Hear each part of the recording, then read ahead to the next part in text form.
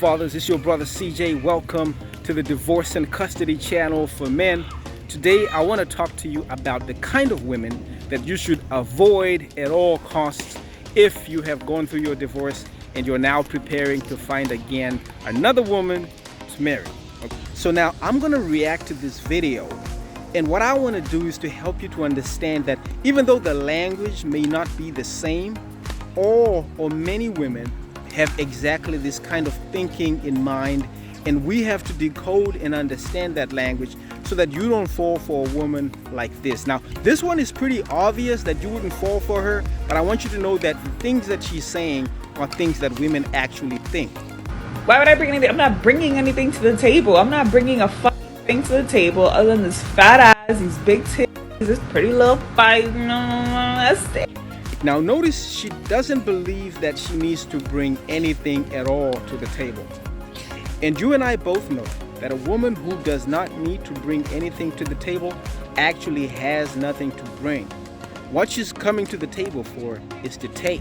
She wants to take what she can take you for because you are not needing or requiring anything from her. And all she's bringing is this attitude here that says, why does she need to bring anything except to just show up? That's not the kind of woman you want. This pretty little fight. That's it. That's it. That's all you get from me. Now notice that she says that she's only bringing that body to the table. In other words, she's insinuating that really she's bringing sex to the table. And you know, after you've been with someone for a while and all they have to offer is sex and physicality, and you start to recognize that they're an empty vessel, what starts to happen is you recognize fast that that person actually has nothing to bring to the table, because that sexual event is at best maybe a 30-minute or an hour event. And for the rest of your life, you're going to put up with someone who brings nothing to the table except maybe a little bit of sex. And the challenge with that is she might not even bring that much sex. After she's been in a relationship and gets comfortable, she's not even going to be bringing that. Now, eventually, she's going to start saying she's got headaches. She doesn't want to have sex. She's got a stomach ache. You did something wrong, and until you fix it or until you buy her some gifts, she's not going to give you anything. And again, you're going to start to recognize that because she was bringing nothing to the table and you set the bar so low for someone to get you, that you got a person that's not worth your while. And that again will lead you to divorce. That's it. And I'm going to take your money 100%. Yes, because that's all you can give. Now, this is really major right here, okay? She said, and I quote, "I'm gonna take your money 100%. You see, a woman is rewarded for getting into a contract that when she gets out, there is very little or no consequences for her except to leave you and take everything that you have.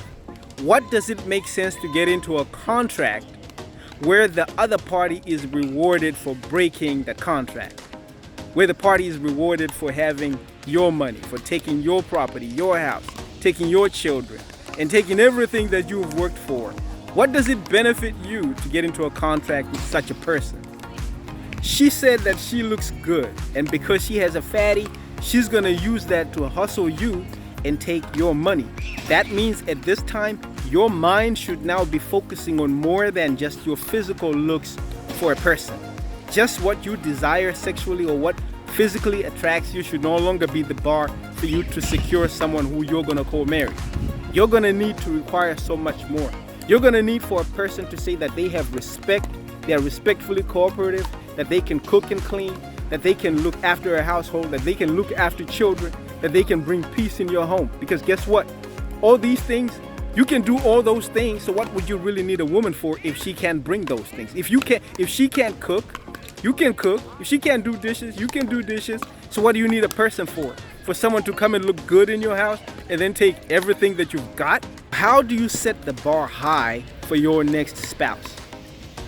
You have to ask a person, if they are not raised to be a wife, if they don't have a father in their lives that they get along with, if they don't have a history of getting along with someone, a male figure, if they don't have that woman that trained them to be a wife, don't consider that person for a wife, because guess what? It's very highly possible that the wife that you married and are now divorced from, she was never trained to be a wife. She was trained to be an independent woman who don't need no man. And that, guys, is what we're picking from out here. So guys, let me know what you think in the comments below. Let me know if you agree, disagree. And I have the ebook, The 10 Things Your Lawyer Won't Tell You About Divorce and Custody. You can find it right here at this link. Also, if you need personal coaching for your own divorce and custody, then feel free to also contact me right here at this link. As always, don't forget to hit like and subscribe to support the channel.